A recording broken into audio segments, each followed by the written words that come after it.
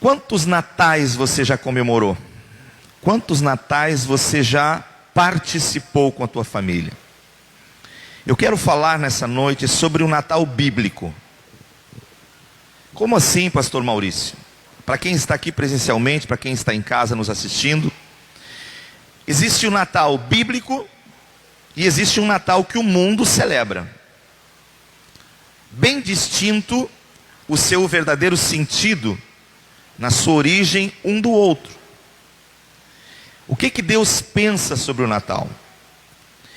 E é interessante que quando você vai falar de Natal, não tem como você não falar do Natal sem lembrar da Páscoa, porque as duas coisas estão ligadas. Aliás, você encontra a afirmação da data da crucificação, mas você não encontra a afirmação da data do nascimento. Quando você vai para a Bíblia, você encontra no calendário judaico, o sacrifício do cordeiro era o 14º dia do mês Nissan, que é o mês de abril, que é o primeiro mês do ano para a comunidade judaica. Agora, o Natal, Jesus nasceu dia 25 de dezembro, não é o que a Bíblia mostra. A Bíblia vai falar que o precursor do anúncio do Natal foi um anjo. E ele veio a pastores que estavam apacentando o rebanho no campo. Então, se os pastores estavam apacentando o rebanho no campo, significa que era verão. Porque o inverno você não leva as ovelhas para o campo. No inverno você deixa elas no curral, você deixa elas no aprisco, você não leva elas e não expõe. Por quê? Porque ovelha é um animal muito sensível, tem todo um cuidado diferente de nosso hábito aqui do cultivo de gado, por exemplo. A ovelha tem um tratamento diferente. Então, agora nós estamos entrando aqui no Brasil no verão. O oposto disso está acontecendo em Israel. Eles estão entrando no inverno. Então esta data não culmina, ou seja, não é essa data, mas ela foi estabelecida dentro do calendário brasileiro, mundial, com exceção de Israel. Celebra-se o Natal e nós estamos juntos nessa vibe. Agora, nós vamos entender biblicamente por que Deus anunciou o nascimento de Jesus. Tudo se deu quando Deus criou os céus e a terra. Está em Gênesis. Quando Deus faz o projeto de criar o homem e de fazer uma grande família multiplicar-se através do homem. Primeira coisa que Deus fez, criou tudo o que existe. Mas criou sem problemas, tudo em harmonia. No sexto dia Deus criou o homem, colocou o homem para cultivar o jardim, deu para o homem a missão do homem dar para os animais os nomes de macho e fêmea. Interessante que Adão estava fazendo isso, quando Deus olha e vê Adão fazendo dessa forma mais triste. Aí Deus disse: não é bom que o homem viva só, vou fazer uma auxiliadora que lhe seja idônea. E Deus então cria também a mulher. E essa junção deu família. E família é projeto de Deus. Amém? Agora, o que aconteceu? Veio o pecado e mudou tudo aquilo que Deus tinha feito. Pastor, mas é Natal, o que o senhor está falando disso? Você vai ver como é que harmonicamente vai terminar. Eva peca, Adão peca, e Deus anuncia uma sentença. A mulher, Deus diz que ela teria dores de parto. No projeto original de Deus, as mulheres teriam filhos sem dor. Você sabia? Não, né? Não era para as mulheres sentirem dor no parto, apenas o prazer de gerarem filhos. Por consequência do pecado, entrou a dor. Então você percebe que é uma alegria quando engravida, mas na semana que está se aproximando o parto, começa o coração a acelerar porque é um processo dolorido. Já o homem, Deus quando criou e botou ele para cultivar o jardim, seria um hobby, seria prazeroso o cultivar sem a palavra trabalho. Mas por causa do pecado, entrou o trabalho. E Deus olhou para Adão e disse: do suor do teu rosto comerás o teu pão. Vai levantar cedo, vai deitar tarde e vai ter que produzir. E por que trabalho? Porque anteriormente podia plantar o milho e a terra não dava abrolhos, não dava o picão, não dava guanchuma. Quem conhece guanchuma aí? Não dava essas porcarias da terra, porque a terra também foi amaldiçoada. E consequentemente começou a brotação daquilo que não era bom. Então Adão, para colher uma espiga de milho, tinha que agora capinar, tinha que arrumar a terra, porque senão o capim tomava conta. Você está entendendo? Deus olhou para a serpente e disse: tu não voarás mais. Que isso, pastor Maurício? Serpente voava? Sim, ela tinha asas.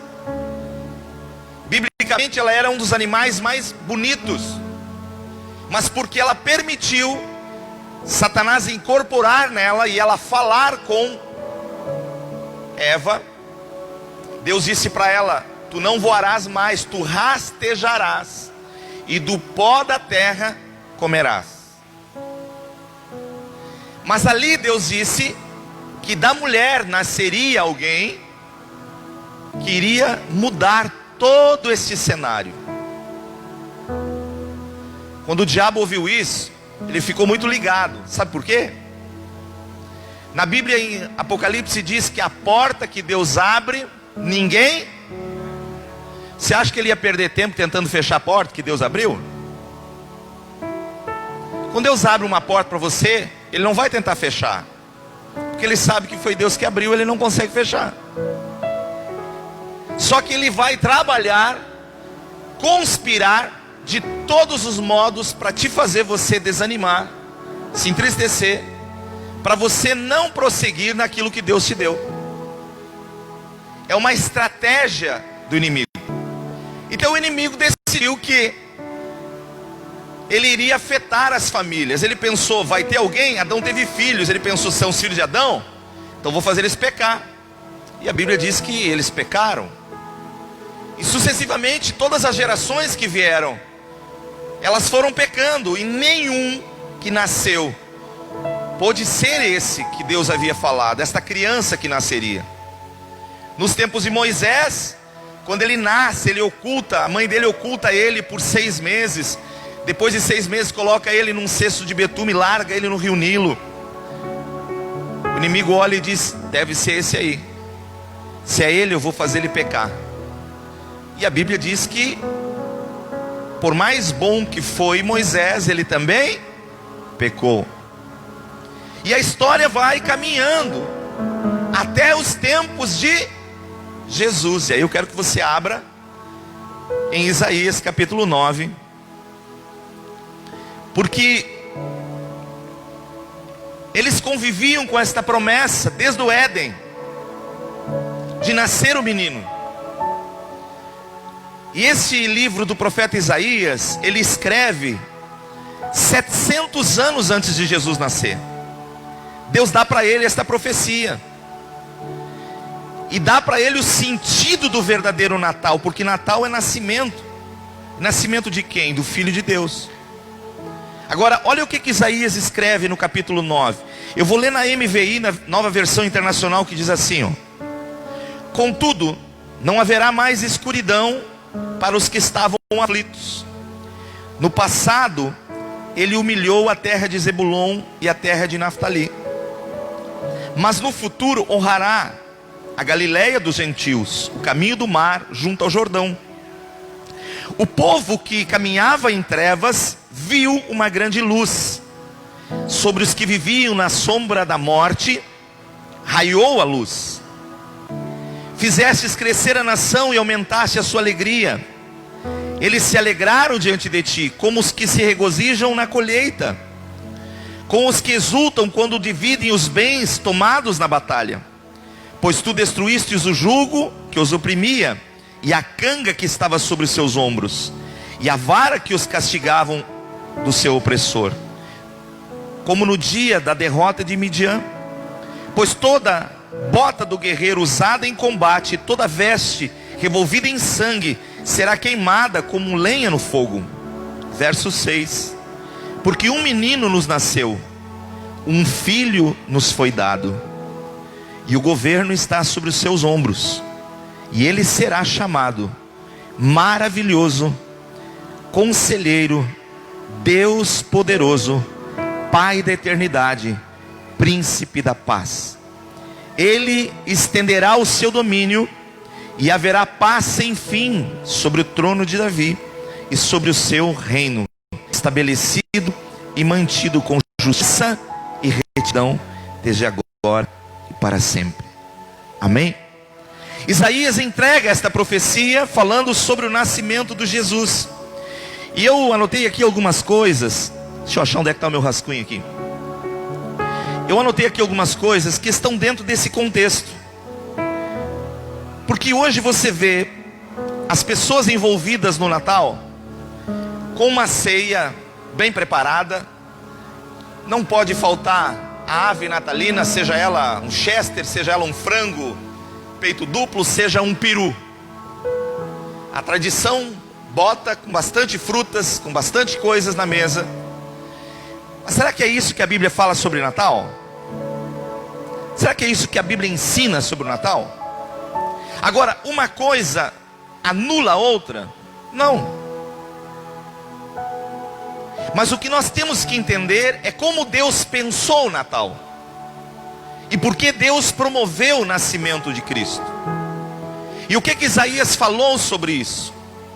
E eu anotei aqui 4 coisas que representam o Natal, das quais nós precisamos resgatar. E nós precisamos viver cotidianamente na nossa vida. Amém? A primeira delas está no verso 1 e 2 do capítulo 9. Contudo não haverá mais escuridão para os que estavam aflitos.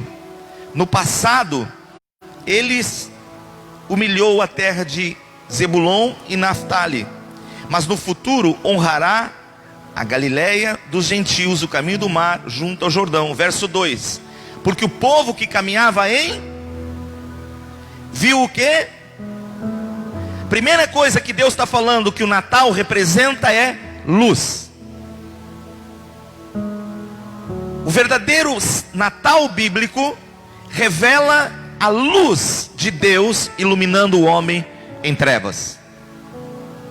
E a primeira coisa que nós precisamos olhar é o cumprimento. Se você, por exemplo, for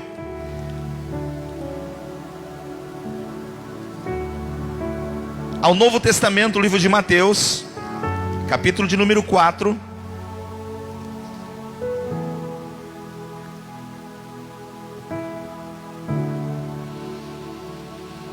verso de número 12, vai dizer assim, ó: quando Jesus ouviu que João tinha sido preso, voltou para a Galileia.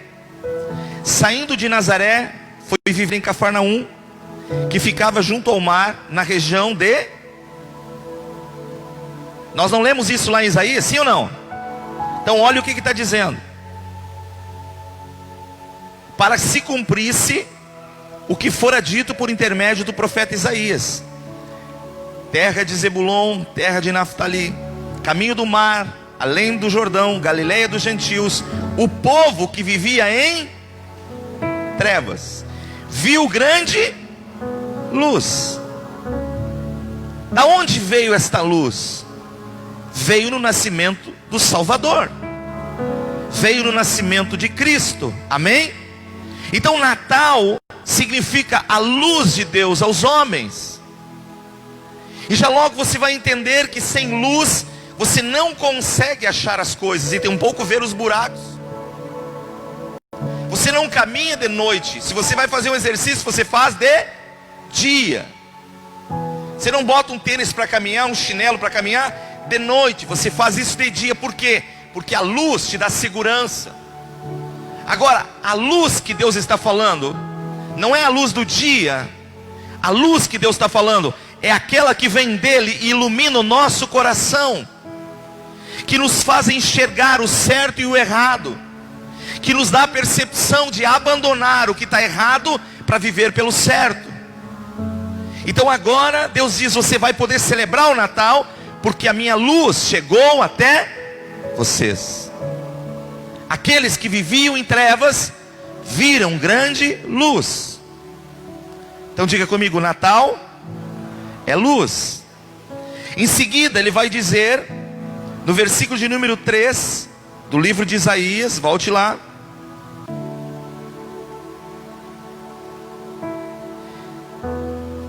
Fizestes crescer a nação e aumentastes a sua o quê?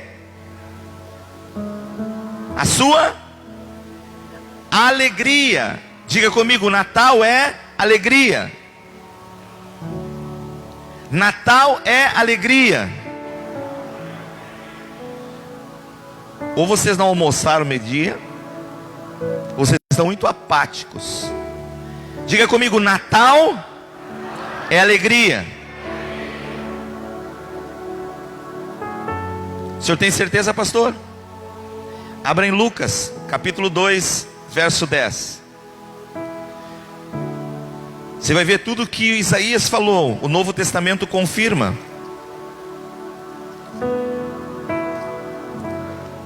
Isaías falou e agora o apóstolo Lucas vai confirmar. Lucas 2, 10.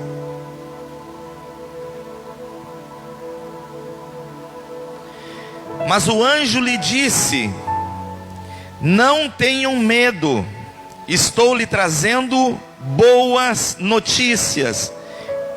Boas notícias de grande o quê? Natal não é alegria, Natal é de grande alegria. Por que nós temos que nos alegrar no Natal? Porque nasceu o Salvador, nasceu o Cristo. Se você parar e pensar um pouquinho assim, quem já ganhou um presente na vida? Levante a mão. Legal. Você não fica feliz quando ganha um presente, sim ou não? Fica, não fica? Agora, tem presente que você ganha. Por exemplo, você ganha uma caixinha de bombom. Aí as caixinhas de bombom eram 500, agora passou para 400, agora já está em 300, tem até 250. Elas estão diminuindo, né? Então você pega uma caixinha de bombom 250, você senta, abre ela, come. Aí você olha e diz assim: quero meu dinheiro de volta. Porque foram segundos e você já comeu o presente. Não é assim? Você ganha um sapato, por exemplo, os homens. Por mais que dure, se você usar bastante, 2 anos. Bem usado. Em 2 anos o sapato novo, o presente que você ganhou, se deteriorou. Você ganhou uma camisa. O irmão Gilmar me deu uma camisa semana passada. Disse: pastor, esse é seu Natal. E eu estreiei ela na ceia. Aí você vai ter aquela camisa. Se você usa com frequência, um ano e pouco, a camisa começa também a desbotar. Já não é mais nova, né? Então os presentes do qual nós ganhamos, eles envelhecem. Mas o presente que Deus nos deu, porque Ele disse boas novas de grande alegria? Porque o que Deus nos deu em Cristo Jesus não envelhece. A traça não corrói, o ladrão não rouba. É uma riqueza insondável, não há valor. Nada pode se comparar o grande presente que Deus nos deu na pessoa de Jesus Cristo. E é por isso que ele diz que nós temos que ter grande alegria no Natal. Temos que nos regozijar pelos feitos natalinos. Não pelo peru, não pelo chester, não pelas frutas, mas por Cristo ter vindo, por Jesus ter nascido. E isso tem que ser na nossa vida celebrado com grande alegria. Quantos estão entendendo em nome de Jesus? Você está entendendo? Você tem que celebrar com alegria. O Natal sim é uma celebração que traz e trouxe a luz de Deus, que fez com que nós entendêssemos o valor e por isso temos que nos alegrar. Mas também o Natal vai trazer uma terceira coisa, que está no verso 4 e 5 de Isaías, capítulo 9. Pois tu destruístes o jugo que os oprimia. O que Deus anunciou no nascimento de Jesus? Justiça. Diga comigo, justiça. Sabe por que nós não damos muito bola para a justiça? Porque a justiça dos homens, ela é falha. Então nós não conseguimos enxergar esta justiça como deveríamos. Mas nessa noite o Espírito de Deus vai abrir os nossos olhos, amém? Então na lei dos homens, alguém comete, por exemplo, um homicídio. Alguém está caminhando com um celular novo, a pessoa vem, assalta, e a pessoa resiste porque está pagando aquele celular, e o cara dá um tiro, mata a pessoa. Você já viu algum fato assim, sim ou não? Aí prendem o delinquente que atirou e fez o assassinato. Ele vai preso. Imediatamente quando ele é preso, o Estado passa a assistir a família dele e pagar para a esposa, porque o pai está preso, o marido está preso por um crime que ele cometeu. É assim ou não é assim? O outro lado, que é o que morreu e deixou a sua família também, é esquecido. Não importa se agora está assistido, se tem alguém, não importa, ninguém se preocupa, você está entendendo? Então o que era para ser justiça, tornou-se em injustiça. Então a Bíblia diz que Jesus veio, e a justiça de Deus veio com ele. Porque a justiça de Deus foi estabelecido para reparar danos. Você está entendendo? Quando você clama por justiça, você pede que Deus repare o dano que cometeu. Nunca peça vingança, porque a vingança não repara, mas a justiça sim. Então Deus anuncia, e ele diz aqui para Isaías, ó: pois tu destruístes o jugo que os oprimia, a canga que estava sobre os seus ombros, e a vara que os castigava do seu opressor, como no dia da derrota de Midian. Pois toda bota de guerreiro usada no combate, e toda veste revolvida em sangue, serão queimadas na lenha, no fogo. Deus está dizendo: eu vou reparar toda a injustiça que foi feito com vocês. Aquilo que o diabo aprontou lá no Éden, que trouxe perpetuamente na vida das famílias prejuízo, Deus está dizendo agora, na pessoa do meu filho que está por nascer, eu anuncio que se você crê, vai acontecer justiça sobre a tua vida. Agora eu pergunto para você, quantas pessoas vivem com esse conhecimento? Não muitas. Muitos não têm esse entendimento, e por isso continuam ainda errantes na vida. Mas o projeto de Deus é em Jesus fazer justiça. Porque aquilo que Deus projetou, aquilo que Deus criou no princípio, Deus continuou. Ele não abriu mão daquilo. Então em Jesus agora, Ele vai restaurar. Ele vai trazer para nós agora a reparação daquilo que eu e você, ou qualquer ser humano na terra, não conseguiríamos fazer. E isso se deu por quê? Porque o menino nasceu. Diga comigo, o menino já nasceu, mas ele também já morreu. E diga, e ele também já ressuscitou. Ou seja, não tem como você falar da justiça de Deus só no nascimento, porque era necessário cumprir etapas da vida. Ele nasceu, ele cresceu, ele viveu, mas ele também morreu para que pudesse ser feito justiça. E é por isso que Deus diz: organize a mesa, prepare a ceia, mas note que a luz brilhou sobre a tua vida. A alegria tem que ser contínua no teu coração, porque a justiça de Deus se fez presente na tua casa. Significa que tudo aquilo que Deus estabeleceu, Ele vai cumprir. Então, preste atenção no que eu vou te dizer. Sabe aquelas pessoas que você ama da tua família que ainda não estão na igreja? Através da justiça de Cristo, todas elas conhecerão o Evangelho de Jesus. A justiça repara danos. E um dos danos que o diabo causou foi o afastamento das pessoas de Deus. Agora a justiça de Cristo promove e atrai as pessoas novamente para Deus. Por isso que Jesus disse: quando eu for levantado, eu atrairei muitos, porque a justiça de Deus estava nele.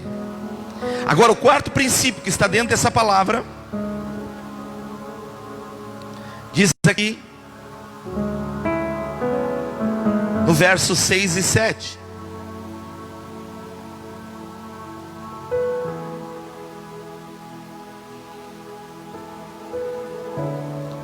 E ele será chamado Maravilhoso, Conselheiro, Deus Poderoso, Pai da Eternidade, Príncipe da...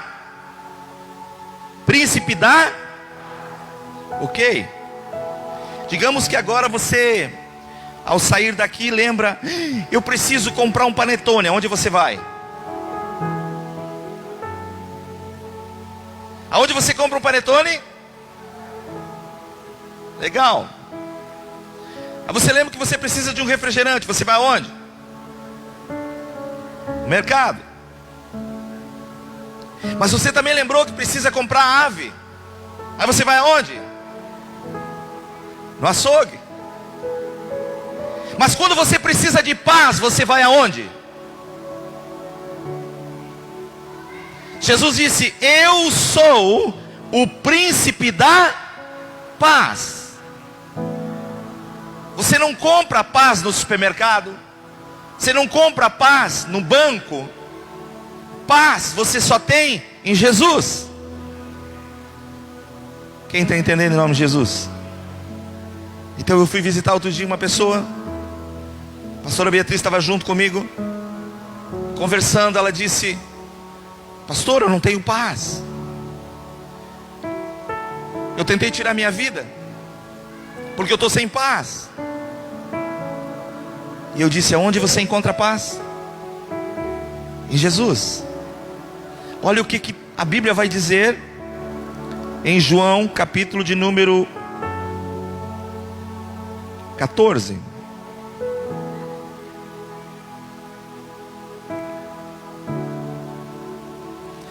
Verso de número 27.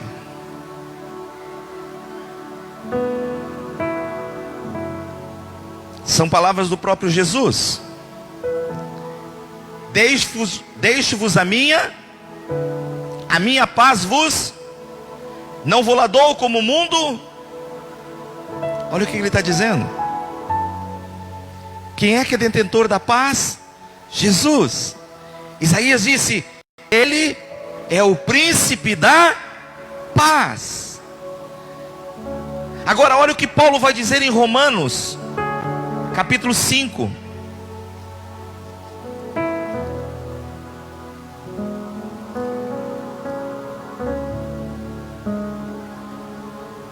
Justificados, pois, mediante a fé, temos o quê? Com quem? Isso aqui é incrível. Paz com Deus.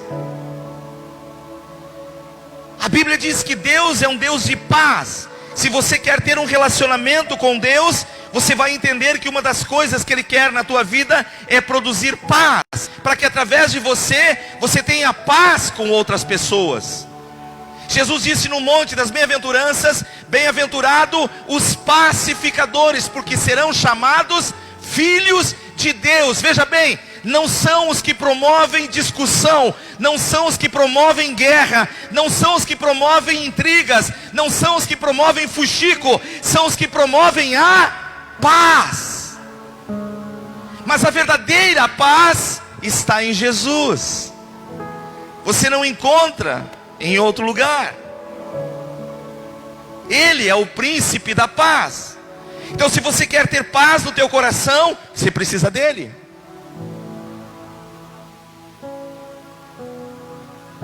O que ocorre com as famílias hoje? Elas têm uma mesa farta, mas elas não celebram o verdadeiro sentido do Natal. Elas não enxergaram a luz, elas não têm alegria, elas não viram a justiça de Deus, e falta paz no coração delas. Então, por rasga de irmãos, muitos não vêm na mesa, pela ausência da paz. Mas Paulo diz: justificado, justiça de Deus, mediante a fé, temos paz com Deus. Quando você tem paz com Deus, você tem paz com as pessoas. Então Jesus veio para nos trazer paz. Por isso Davi, em um dos seus salmos, no 4:8, ele diz: cedo me deito e logo pego no sono, porque só o Senhor me faz repousar seguro. Um coração em paz deita e descansa. Por que hoje as pessoas estão perturbadas? Porque falta paz. Elas celebram o Natal, mas elas não têm entendimento do que é o Natal. Então lhes falta. Mas nessa noite Deus quer turbinar o nosso coração, para que nós possamos brilhar. Como disse Jesus: brilhe a vossa luz diante dos homens, para que vejam a glória de Deus. Então nós temos que celebrar com alegria. Amém? E Paulo vai dizer aqui, Romanos capítulo 14, verso de número 17.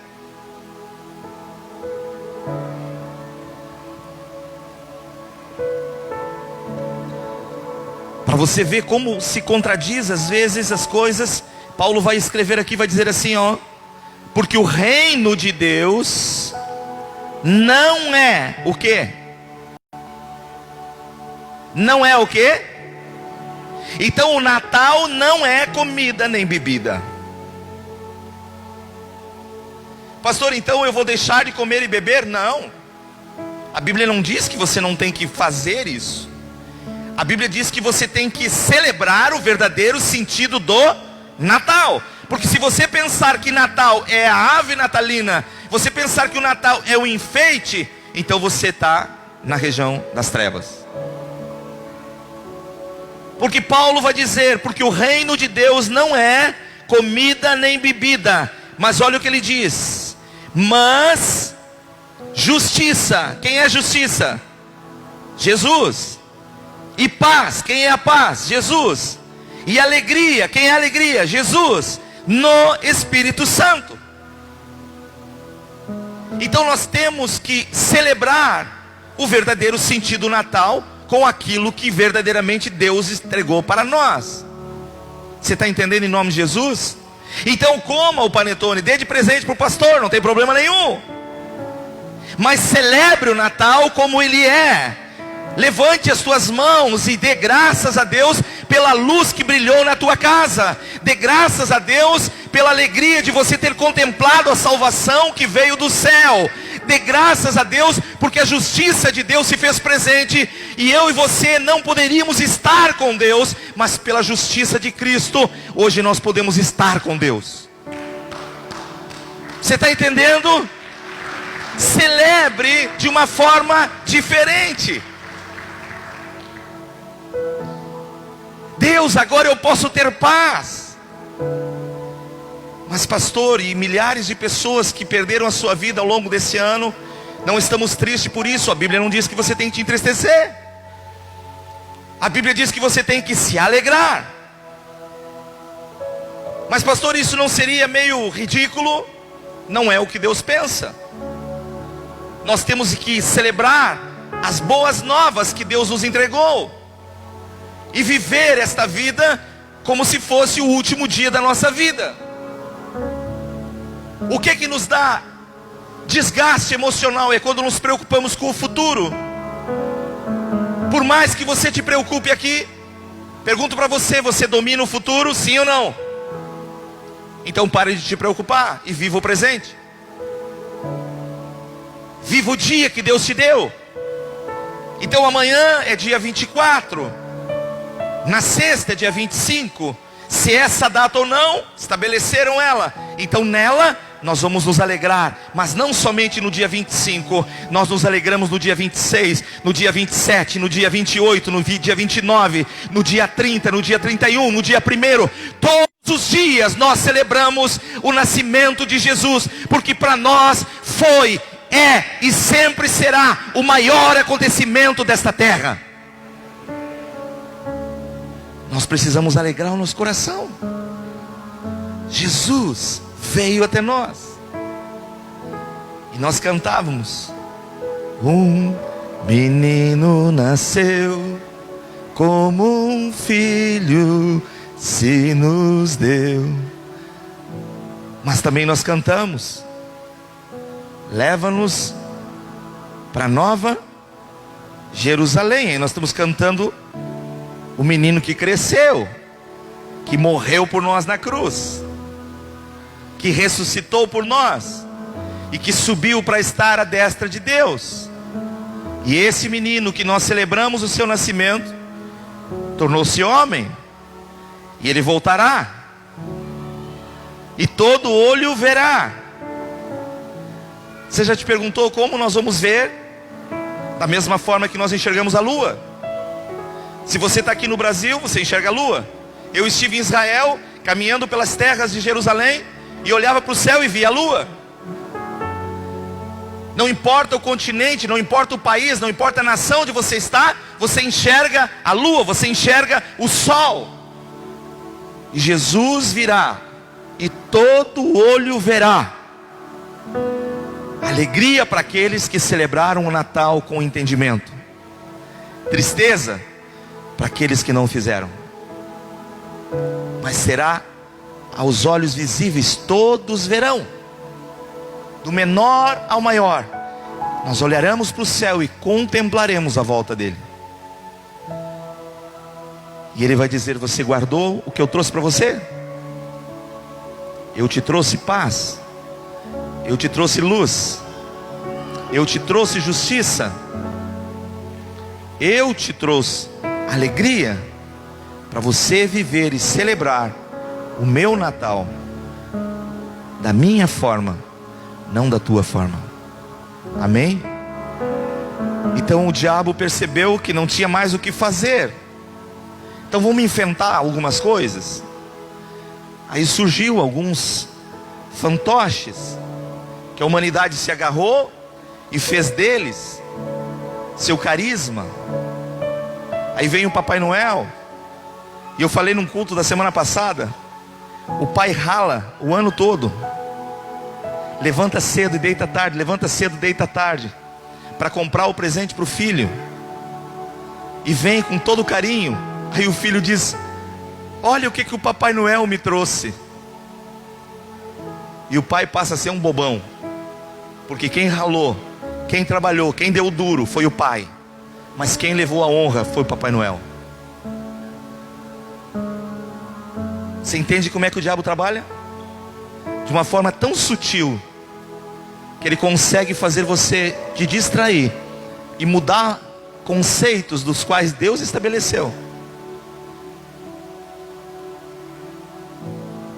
Então nessa noite, nós vamos dizer: Senhor, obrigado, porque Jesus já nasceu, esse filho já foi nos dado, ele cresceu, tornou-se um exemplo para mim e para você.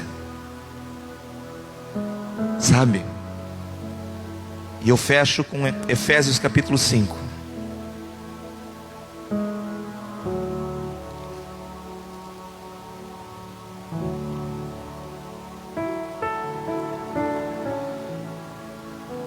Versículo de número 1.